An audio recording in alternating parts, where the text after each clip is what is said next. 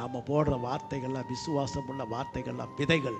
அது 100, 60, 30 முளைக்க தேவன் உதவி செய்வார். பேசுறது அவிசுவாசத்தை விதைச்சிடக்கூடாது. ஒரு கட்டத்தில் என்னுடைய தம்பி என் மேல பயங்கரமான கோபமாயிட்டான். என்ன ஒண்ணுமே இல்லாம போனானே, எப்படின்னா எப்படி? என் தேவன் சர்வ வல்லமையுள்ள தேவன். நீ இருக்கிற இந்த பூமியில உன்னை வச்சிருக்கிறார் இல்லையா, உன்னை படைச்சதே என் தேவன். அல்லேலூயா சொல்லுங்க. என் தேவன் எவ்வளவு பெரியவர் தெரியுமா? நீ ஆராதிக்கிற தேவன் எவ்வளவு பெரியவர் தெரியுமா?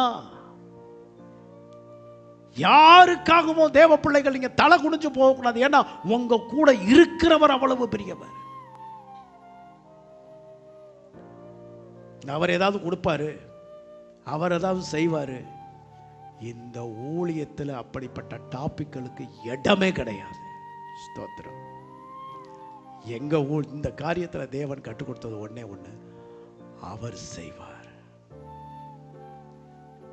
சொல்லுங்க, அவர் செய்வார். சர்வ வல்லமையுள்ள தேவன் செய்வார். அழைத்தவர் செய்வார்.